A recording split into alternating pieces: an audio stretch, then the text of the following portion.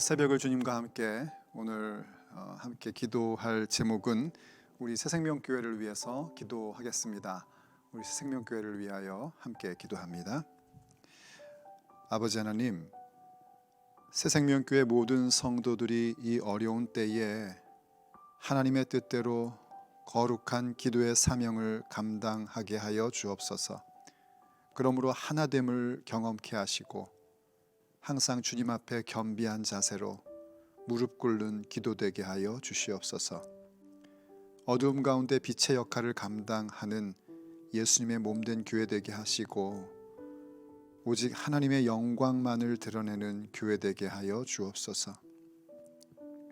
아버지, 새생명교회를 지켜 보호하여 주시기를 간절히 원합니다. 예배당에서 또 각자의 처소에서 드리고 있는 모든 예배를 주께서 받아주시고 간섭하여 주시고 또 보호하여 주시옵소서. 어린아이로부터 어르신들에 이르기까지 모든 성도들을 눈동자처럼 보호하여 주셔서 아무도 어려움 겪지 않도록 도와주시옵소서.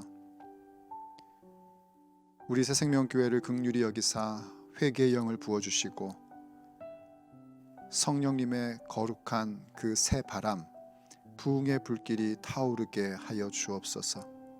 그래서 우리 교회에 주신 비전, 하나님의 나라와 예수 그리스도의 복음을 증거하는 우리 모두가 되게 하여 주옵소서.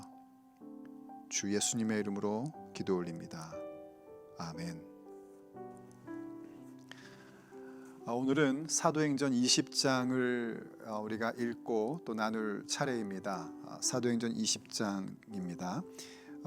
독서는 36절로 38절만을 제가 먼저 독서하도록 하겠습니다.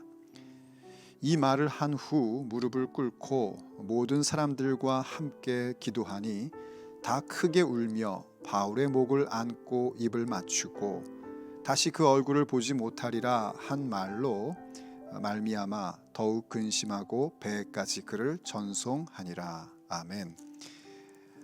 이제 에베소에서 있었던 소요가 그쳐지고 사도 바울 일행이 마게도냐 지역으로 가게 됩니다. 마게도냐 지역은 지중해 한 부분인 그 에게해를 건너가서 북서쪽이라고 하나요? 북서쪽으로 좀 올라가는 그 지역 전체 이름이 마게도냐입니다. 마게도냐에서 사역을 하고 다시 이제 또 이쪽 에베소가 있는 그 지역 쪽으로 돌아오게 됩니다. 거기가 이제 드로아라는 곳으로 오게 되는데요. 드로아에서 복음을 전하고 또 드로아에서 어떤 말씀이 나오냐면 교회가 주일 모임을 갖고 있었다는 것, 안식일, 곧 토요일이 아니라 일요일, 주일의 모임을 갖고 있었다라는 기록이 이제 나오기 시작합니다. 안식 후 그 다음 날 교회가 모여서 함께 말씀을 듣는 그런 부분이 나오죠. 그리고 그렇게 이제 그날 말씀이 사도 바울이 마지막 갖는 시간이었기 때문에 밤 늦게까지 강론이 계속됐고 그러다 보니 유두거라고 하는 그 이름을 볼 때 아마 노예였을 것이다 라고 그렇게 생각을 합니다.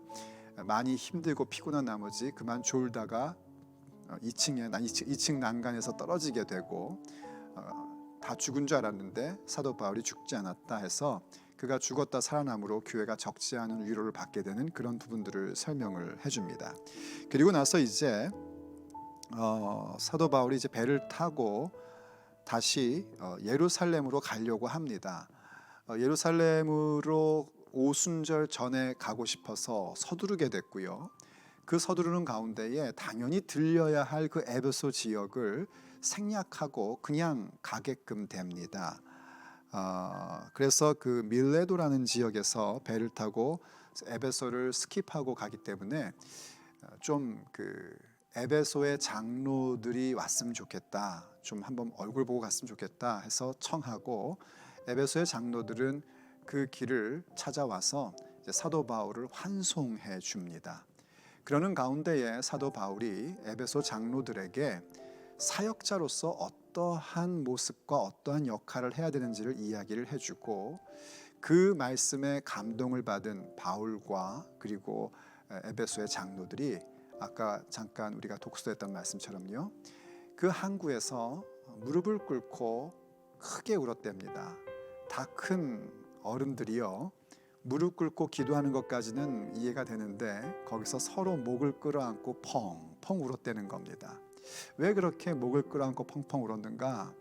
바울 사도가 다시는 얼굴을 보지 못할 것이다 라는 말을 했기 때문이면서요, 동시에 정말 그 사역자들 안에서 하나님의 나라의 일을 꿈꾸고 함께 일하는 사람들이 서로 마음이 통했을 때에 나타나는 현상이기도 합니다. 목을 끌어안고 펑펑 울 수 있는 그런 교우들의 관계, 사역자들의 관계, 성도들의 관계가 된다면 그것은 그야말로 하나님께서 기뻐하시는 모습입니다. 과연 사도 바울은 이 에베소 교회 장로들에게 어떠한 메시지를 주었을까요? 사역자로서의 자세가 무엇이어야 하고 또 사역자가 어떤 사람이어야 되며 어떤 역할을 해야 되는지를 이야기하는데요. 우리가 오늘은 그 부분을 중심으로 해서 함께 은혜를 나누고자 합니다. 먼저 사도 바울이 얘기한 것은 사역자가 가져야 될 가장 기본 자세를 이렇게 설명을 합니다. 자기를 빗대어 얘기를 하는 건데요. 어디서부터 보냐면 19절부터 보는 게 좋겠습니다. 18절부터 보는 게 좋겠네요. 장로들이 오매 그들에게 말하되 아시아에 들어온 첫날부터 지금까지 내가 항상 여러분 가운데서 어떻게 행하였는지를 여러분도 아는 바니 곧 모든 겸손과 눈물이며 유대인의 관계로 말미암아 당한 시험을 참고 주를 섬긴 것과, 우선 사도 바울이 사역자의 자세가 어떠해야 되는지를 몸소 보여줬었습니다. 그 보여준 모습을 요약하면 겸손과 눈물이 일단 기본 자세입니다. 겸손이란 건 뭔가요? 겸손이라는 것은 뒤로 빼는 게 겸손이 아니고요, 내 위치가 무엇인지를 알고 그것을 성실히 하는 게 겸손입니다. 사역자, 또 교회의 일꾼, 믿음의 사람이 내가 해야 할 역할이 뭔지, 나의 위치가 무엇인지를 알고 그 일을 성실하게 하는 것은 모든 하나님의 사람들, 하나님의 일꾼들의 기본 자세입니다. 그런데 그 일을 하다 보면 눈물 흘릴 일이 자주 일어납니다. 물론 이때 눈물 흘린다는 것은 사람들 앞에서 징징거린다는 얘기가 아닙니다. 하나님 앞에 눈물 흘리는 겁니다. 하나님 아버지께 엎드리는 거죠. 마치 모세와 아론이 이스라엘 백성을 이끌고 광야 생활을 할 때에 무슨 일만 일어나면, 어려운 일 생기면 하나님 앞에 엎드렸던 장면을 우리에게 보여주듯이 모든 사역자의 기본 자세는 내 위치와 내 역할이 무엇인지를 분명히 알고 그 자리를 지키고 그 역할에 성실하며 거기에 나타난 여러 가지의 눈물 흘릴 부분을 주님 앞에 기도하고 주님 앞에 엎드리고 그렇게 눈물 흘리는 모습입니다. 그리고 더 나아가서는 거기에 무엇이 필요한 거 아니?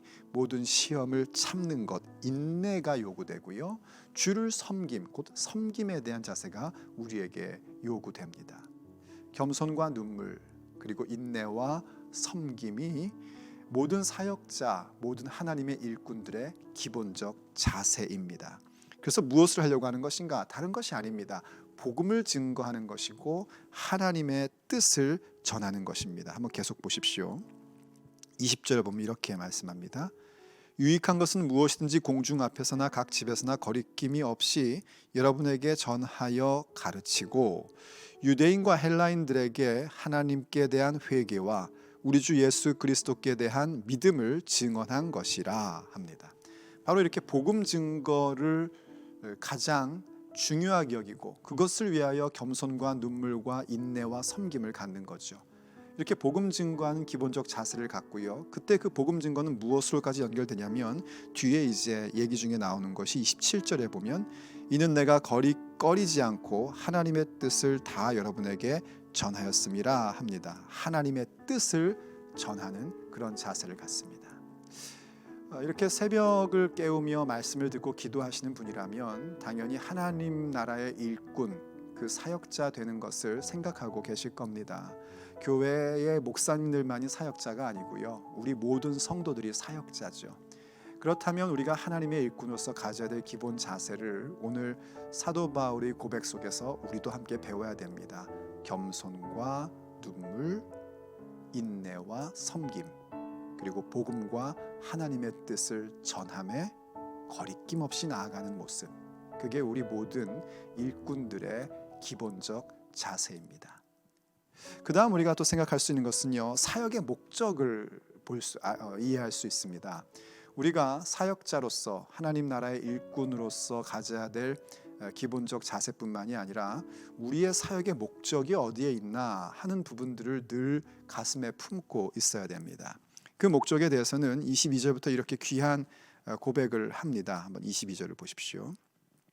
보라, 이제 나는 성령님에 매여 예루살렘으로 가는데 거기서 무슨 일을 당하는지 알지 못하노라. 오직 성령님이 각성에서 내게 증언하여 결박과 환난이 나를 기다린다 하시나.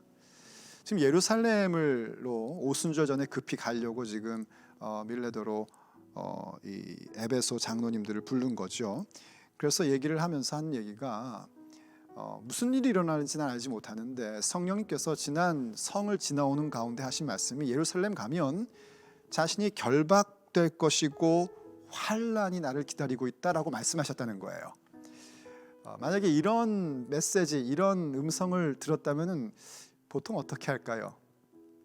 야, 하나님께서 나한테 이런 거 겪지 말라고 가르쳐 주셨구나 하고 예루살렘 가는 걸 포기해 버릴 겁니다. 야, 지금 갈 때가 아니다. 그러니까 가르쳐 주신 거 아니냐 할 거예요. 그런데 사도 바울은 그럼에도 불구하고 예루살렘에 갑니다. 왜 그랬을까요? 그가 이렇게 얘기를 합니다. 24절. 내가 달려갈 길과 주 예수님께 받은 사명, 곧 하나님의 은혜의 복음을 증언하는 일을 마치려 하면은 나의 생명조차 조금도 귀한 것으로 여기지 아니하노라. 보라, 내가 여러분 중에 왕래하며 하나님의 나라를 전파하였으나 이제는 여러분이 다 내 얼굴을 다시 보지 못할 줄 아노라 합니다. 한마디로 예수님의 복음, 하나님의 나라를 위해서 자기가 예루살렘에 가야 하는 그 일들은 가야 한다는 겁니다. 성령님께서 예루살렘에 가면 결박과 환난이 너를 기다린다라고 말씀하신 것은 그곳에 가지 말라 하신 말씀이 아니라 그런 것이 있을 테니까 담대한 마음을 가지고 복음을 위해서, 하나님 나라를 위해서 가라 하는 말씀으로 사도 바울은 받은 겁니다. 그것이 사역의 목적이기 때문입니다. 사도 바울은 예루살렘에 갔다가 이제 로마도 보아야 할 것이다 라는 그런 고백을 합니다. 로마는 사도 바울의 사역에 있어서 가고자 했던 비전 중에 하나였습니다. 그런데 그곳에 가기 전에 예루살렘에 가서 선교 보고도 해야 되고 또 부조한 것도 갖다 줘야 되고 그런 할 일들이 있었단 말이죠. 그래서 그가 예루살렘으로 담대하게 갑니다. 그 모든 것들이 바로 복음과 하나님의 나라를 목적했기 때문입니다. 우리가 믿음의 사람, 하나님의 일꾼, 사역자로서 우리의 목적이 무엇인지를 잊어버리면 안 됩니다. 그저 우리가 어떤 것을 결정할 때에 좀 더 편리하고 좀 더 편한 것이 아닙니다. 이것이 과연 복음을 위한 것인가, 하나님의 나라가 선포되는 것인가 하는 부분을 보며 아무리 우리 앞에 환난과 어려움이 있다 할지라도 우리는 그 길을 가야 합니다. 그게 분명한 목적을 가진 사람들의 모습입니다. 자, 이제 그런 사역의 목적을 사도 바울이 이야기를 합니다. 사역자의 자세가 어떠해야 되는지 그 기본적 자세를 자기의 삶의 모습을 이야기하며 설명해주고 또 자신이 가야 할 예루살렘 가는 길을 얘기하면서 사역의 목적이 무엇인지를 설명을 해줍니다. 그리고 나서 본격적으로 에베소 장로들에게 하고 싶었던 얘기를 합니다. 그것은 사역의 내용으로 우리가 이해할 수가 있습니다. 이제 자기가 가니까 이 에베소 교회를 장로들에게 잘 돌볼 것을 부탁을 하는 것인데요. 그 사역의 내용인즉슨 26절 이하부터 보면 이제 이렇게 28절부터 보면 이렇게 얘기를 합니다. 여러분은 곧 에베소의 장로들은 자기를 위하여 또는 양떼를 위하여 삼가라. 성령님이 그들 가운데 여러분을 감독자로 삼고 하나님이 자기 피로 사신 교회를 보살피게 하셨느니라. 장로들로서 교회 리더로서 항상 삼가하는, 조심하는 모습, 본인을 위해서뿐만이 아니라 교회를 위해서 조심하라 이야기를 하는데, 그 이유인즉슨 하나님께서 그들에게 교회를 보살피게 하셨다는 겁니다. 우리가 하나님 나라의 일꾼으로서 또 혹은 사역자로서 맡겨진 것이 뭔가 교회를 보살피는 것입니다. 그게 사역의 내용입니다. 교회를 보살피고 교회에 유익되는 일들을 찾고 그것을 행하는 것이 사역의 내용이 되어야 합니다. 자, 그런데 교회를 보살피는데 어떻게 보살피는가? 그 다음에 이런 얘기를 합니다. 29절이죠.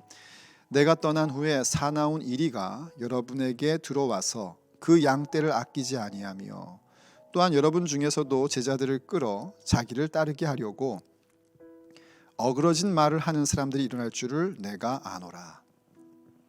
교회를 보살피는데 무엇을 해야 되는가? 사나운 이리가 양떼를 해하지 않도록 보호를 해야 된다는 겁니다. 사나운 이리가 교회 가운데 들어올 거라고 얘기를 합니다. 사나운 이리는 누군가? 어그러진 말로 성도들을 무너뜨리는 자들입니다. 어그러진 말, 사실이 아닌 말, 잘못된 말, 할 필요 없는 말, 이러한 것들로 성도들을 삼키고 성도들을 무너뜨리는 자들이 사나운 이리입니다. 교회의 일꾼, 주님 나라의 일꾼이 된다는 건 뭔가? 바로 교회를 맡기신 성도들을 사나운 이리로부터 보호하고 돌보는 것입니다. 그런데 만약 우리가 교회의 일꾼이라고 자처하는데 내가 오히려 어그러진 말을 하고 있다면 우린 다시 정신 차리고 회개해야 됩니다. 우리가 사나운 이리가 되어서는 안 됩니다. 우린 오히려 사나운 이리로부터 성도를 보호하고 보살피는 하나님의 일꾼이어야 합니다. 그럼 어떻게 그것을 구체적으로 이루어갈까요? 바울 사도는 에베소 장로들에게 이렇게 계속해서 이야기를 합니다. 31절, 그러므로 여러분이 일깨어 내가 3년이나 밤낮 쉬지 않고 눈물로 각 사람을 훈계하던 것을 기억하라. 사나운 이리로부터, 곧 어그러진 말로 성도들의 신앙을 흔들어 놓고 그들의 마음을 어지럽히는 사람들로부터 교회를 보호하고 지키는 것은 그들과 싸우는 것이 아닙니다. 하나님께서 사도 바울을 통하여 주셨던 그 메시지들을 기억하는 겁니다. 리더인 자기들도 기억하고 또 돌보아야 할 성도들도 기억하게 하는 것입니다. 성령님의 사역 가운데 중요한 부분이 바로 우리로 하여금 기억나게 하시는 겁니다. 주님의 말씀을 기억나게 하시는 것. 성령의 사람들로서 우리도 우리 자신이 주님의 말씀이 기억하고 또 사람들로 하여금 하나님께서 주신 메시지를 기억하게 하는 그 역할, 그 통로들이 되어야 합니다. 그게 우리의 사역의 내용입니다. 교회를 보살피고 사나운 이로부터 성도들을 보호하고 지키되 하나님의 말씀을 기억하게 함으로 그 모든 일들을 해나가는 겁니다. 왜 그럴까요? 하나님의 말씀에 능력이 있기 때문입니다. 하나님의 말씀은 우리를 지켜주고 보호해주는 능력이 그 안에 있습니다. 그래서 사도 바울은요, 무엇이라고까지 얘기를 하냐면 32절에서 이렇게 얘기합니다. 지금 내가 여러분을 주와 및 그 은혜의 말씀에 부탁하노니 그 말씀이 여러분을 능히 든든히 세우사 거룩하게 하심을 입은 모든 자 가운데 기업이 있게 하시리라. 주님께 너희들을 맡긴다는 건 우리가 얼른 이해가 되죠. 그런데 동시에 그 은혜의 말씀에 부탁한답니다. 말씀 안에, 주님의 은혜의 말씀 안에 능력이 있기 때문에 그 말씀에 부탁하는 것을 보게 됩니다. 우리가 하나님 말씀을 기억함으로써 교회를 보살피고 사나운 일로부터 성도들을 돌볼 수 있는 그 부분은 바로 이 믿음 때문입니다. 주님 말씀 안에 있는 그 능력, 그 능력이 우리를 충분히 세우고 우리를 거룩하게 하고 모든 믿는 자의 기업을 얻게 한다는 그 분명한 믿음, 그것이 있기에 그 모든 일들이 가능한 것이고 주의 말씀을 기억하게끔 하는 사역에 우리가 사역의 내용을 갖게끔 되는 겁니다. 말씀의 능력을 신뢰하십시오. 그것은 사역자로서 교회의 일꾼으로서 가져야 될 자세이면서 동시에 우리의 사역의 내용이기도 합니다. 그러면서 동시에 그 다음 나오는 내용은 진실함과 성실함을 갖는 것입니다. 누구에게 빚진 자 되는 것이 아니라 주는 자가 되고, 그러한 모습을 가질 때에 우리의 사역, 우리의 교회에서 교회의 일꾼으로서 하는 모든 일들 가운데 하나님의 보장과 하나님의 복이, 은총이 임하게 될 것입니다. 저와 여러분은 하나님의 일꾼입니다. 복음의 일꾼들이고 하나님 나라의 사역자들입니다. 그럴진데 우리가 주님의 일꾼으로서의 그 기본적인 자세를 늘 간직하고 목적을 잃어버리지 않기를 원합니다. 눈물과 기도, 인내와 겸손, 주의 뜻을 행하고자 하는 기본적 자세 속에서 하나님 나라와 예수님의 복음을 목적 삼고 우리의 사역의 내용이 맡기신 교회를 사나운 이로부터 잘 지키며 주신 말씀을 기억나게 함으로써 말씀의 능력을 체험하게끔 하는 그런 귀한 통로가 되기를 원합니다. 저는요, 이러한 이야기를 마친 후에 사도 바울과 에베소 장로들이 목을 서로 끌어안고 해변에서 펑펑 우는 장면을 한번 상상해 봤습니다. 아마 제가 그 자리에 있다면 저도 그들을 구경하고 있었을 것 같습니다. 다 큰 어른들이 서로 끌어안고 펑펑 울고 기도하고 있는 모습, 그게 저와 여러분, 우리 모두의 모습이기를 원합니다.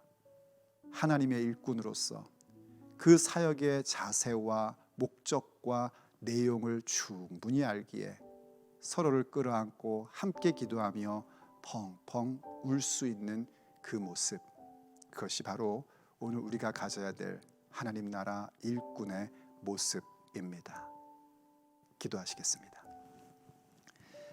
아버지 하나님, 바울 사도와 에베소 장로들이 서로 목을 끌어안고 기도하며 눈물을 흘릴 수 있었던 것처럼 우리 교회 모든 성도들이 하나님 나라의 일꾼으로서 서로를 끌어안고 그 맡기신 일들에 대한 자세와 목적과 목표와 그리고 그 내용을 알기에 함께 울 수 있고 함께 기도할 수 있는 사람들 되기를 간절히 원합니다. 그렇게 해서 이 사나운 일이가 많은 이 시대 속에 새생명교회, 우리에게 맡기신 교회를 우리가 보살피며 주의 말씀의 능력을 체험하는 우리 모두가 되기를 원합니다. 그러므로 오늘도 그 능력 가운데, 말씀의 능력 가운데 우리를 붙잡아 주시옵시고 거하게 하셔서 주님께서 이루시는 일들을 함께 볼 수 있도록 은혜를 베풀어 주시옵소서. 우리 주 예수 그리스도의 이름으로 감사하며 기도 올립니다. 아멘.